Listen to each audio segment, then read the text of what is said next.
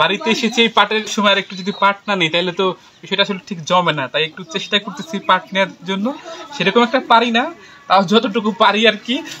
আসসালামু আলাইকুম। এখন আমি বাড়িতে আছি আর আমাদের দিকে চলতেছে পাট সংগ্রহ করার মৌসুম। শুধু আমাদেরই দিকে না, এখন সারা বাংলাদেশেই পাটের এই মৌসুমটা চলতেছে। মূলত পাট কাটার পর পাট পচতে দেওয়া হয়, সেটা এখন সংগ্রহ করা হইতেছে। আর এখানে দেখতে পাচ্ছেন আমার চাচাতো ভাই ইয়ামিন নৌকায় করে গিয়েছিল, যেহেতু অনেকগুলি পাটের জাগ পচতে দেওয়া হয়েছিল, যেটা সবচেয়ে বেশি ভালো বুঝবে তারা সেটাই আনার জন্য গিয়েছিল দেখি। আর একটু দেখতে পাচ্ছেন একটা জাগ অলরেডি নিয়ে এসেছে। আর পাটের উপর অনেক বেশি ময়লা আবর্জনা থাকে, অনেক সময় জোকও থাকে, সেই জন্য আসলে প্রথম পাটটা দেওয়া হয়নি অংশটা, সেটা আমি স্কিপ করে গিয়েছি। আর এখন দেখতে পাচ্ছেন যে আমার চাচা পাট উপরে ফিকে মারতেছেন। যারা পাট নেয় তারা এখান থেকে তাদের নিয়ে নিতে হয় নিজের ক্ষেত্রে, অর্থাৎ আপনি যতটা পাট নেবেন আপনাকে নিজেকে এখান থেকে নিয়ে আসতে হবে। আর বর্ষাকালে যখন আপনি বাড়িতে যাবেন, রাস্তার চারপাশে দেখবেন বাড়িতে বা উঠানে শুধু সবাই সারিবদ্ধভাবে পাট নিয়ে থাকে। এটা আসলে দেখতে খুব সুন্দর লাগে, চোখের শান্তি যাকে বলে আর কি। আর এটা দেখতে পাচ্ছেন ও আমার চাচাতো ভাই ইয়ামিনের ভাই। আর আমাদের গ্রামের ছোট বাচ্চাদের তো সবচেয়ে বেশি দুজন এরাই বেশি পরিশ্রম করে বাবা মার সাথে, অর্থাৎ অনেক বেশি পরিশ্রম করে, লেখাপড়াও করে, তার পাশাপাশি অনেক কাজও করে থাকে। সবসময় ওরা কোনো না কোনো কাজ করতেই থাকে। আর দেখতে পাচ্ছেন ও ছোট মানুষ, ওর নাম হাদিও, কত সুন্দর পাট নিতেছে। আর খুব প্রতিভাবান একটা ছিল, ওর অনেক বেশি ট্যালেন্ট আছে, হয়তো ট্যালেন্ট প্রকাশ করার সঠিক জায়গাটা বা স্পেসটাও নাই, কিন্তু অনেক প্রতিভাবান একটা ছেলে। এটা আমার একজন চাচি পাট নিতেছিলেন, ডিজে আরাফাতের মা অর্থাৎ আমার সুমিকাকে এখানে পাট নিতেছিলেন। আর তিনি খুব সুন্দরভাবে পাট নিতে পারেন, সেটা আপনারা দেখতেই পাচ্ছেন। তার পাট খুব বেশি একটা নষ্ট হয় না। আর এটাই ছিল ইয়ামিন, একদম সবচেয়ে কঠোর পরিশ্রম আমাদের গ্রামে যদি কেউ করে থাকে বাচ্চাদের মধ্যে, সেটা হচ্ছে ইয়ামিন। ও যে কত কাজে এক্সপার্ট, মানে যে কোনো বড়দের কাজও নিজে করতে পারে। আর এখন কেউ পাট নিতেছেন, আপনারা কেউ কল্পনা করতে পারবেন, বলতে পারবেন? কেউ যদি বুঝে থাকেন অবশ্যই আপনারা কমেন্ট করে জানাবেন। এটা আর কেউ নয়, আমাদের সেই সাবিনা ভাবি। আর আমাদের গ্রামে অত্র এলাকায় সাবিনা ভাবি হতে পাট নিয়ে কেউ প্রতিযোগিতায় পারো এরকম কেউ আসলে এখন অবধি নাই। তিনি এতটা বেশি এক্সপার্ট, মানে তার একবার যে কতটা পাট নিতে পারে সেটা অন্য কেউ আসলে পারে না, এত বেশি এক্সপার্ট আমার সাবিনা ভাবি। আর এখন স্ক্রিনে যাকে দেখতে পাচ্ছেন তিনি আমার ফুপু। আমার ফুপু মাশাআল্লাহ খুব সুন্দরভাবে পাট নিতে পারেন, অর্থাৎ খুব পরিপাটিভাবে পাট নিয়ে, খুব একটা বেশি নষ্ট হয় না। বাচ্চারা যদি একটু নষ্ট করে থাকে কিন্তু ওরাও খুব উৎসাহের সাথে কাজটা করে থাকে। আর দেখতে পাচ্ছেন জাগটা প্রায় শেষের দিকে।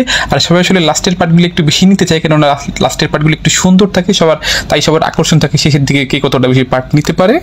আর দেখুন ও ছোট মানুষ, কিন্তু যে কোনো কাজের প্রতি ওরা অনেক আগ্রহ নিয়ে সব কাজও করতে চায়।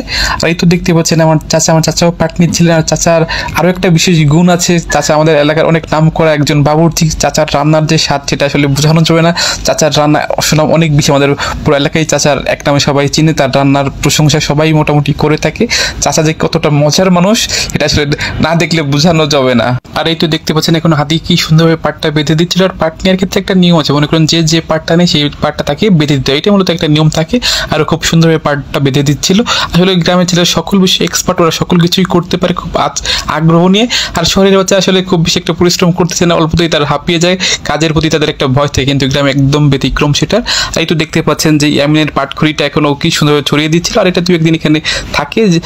আর এই পাটখড়িটা এখন ভিজাতে, এটার ওজনটা অনেক বেশি, তাই এটা বাড়িতে নেওয়া এখন আর সম্ভব না। 2-3 দিন রাস্তাতেই রেখে দেওয়া যাতে বাড়তি পানিটা ঝরে যায়। আর এখন স্ক্রিনে দেখতে পাচ্ছেন আমার ফুপু কি সুন্দরভাবে পাটটা বাঁধতে পারতেছিল। আসলে ফুপু পারদর্শী তো, তাই খুব সহজে পাটগুলি বেঁধে ফেলতেছিল। তার কাছে কোনো কিছুই না, খুব সহজে ফুপু পাটগুলি বাঁধতে পারতেছিল। আর অলমোস্ট এখন সবারই পাট নেওয়া শেষ, তাই হাদি আর ইয়ামিন সবার সামনে থেকে পাটগুলি এনে এই পুকুরে ফেলতেছিল। আর আমাদের দিকে নদী নাই তো, তাই পুকুরে পাটগুলি ধোয়, পানির খুব সংকট আমাদের এইদিকে, কিছুই করার নেই।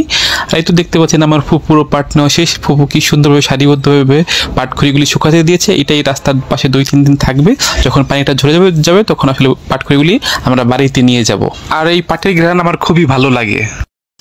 আর একটা ভয় কাজ করতেছে বেশি, যে এই পাটের প্রচুর পরিমাণে যোগ থাকে, মূলত এই একটা ভয় আমার ভিতরে আছে। তাও মোটামুটি যেটুকু পারি ততটুকু চেষ্টা করেছি নেওয়ার জন্য। আর এই দেখুন আমার নেওয়া পাট।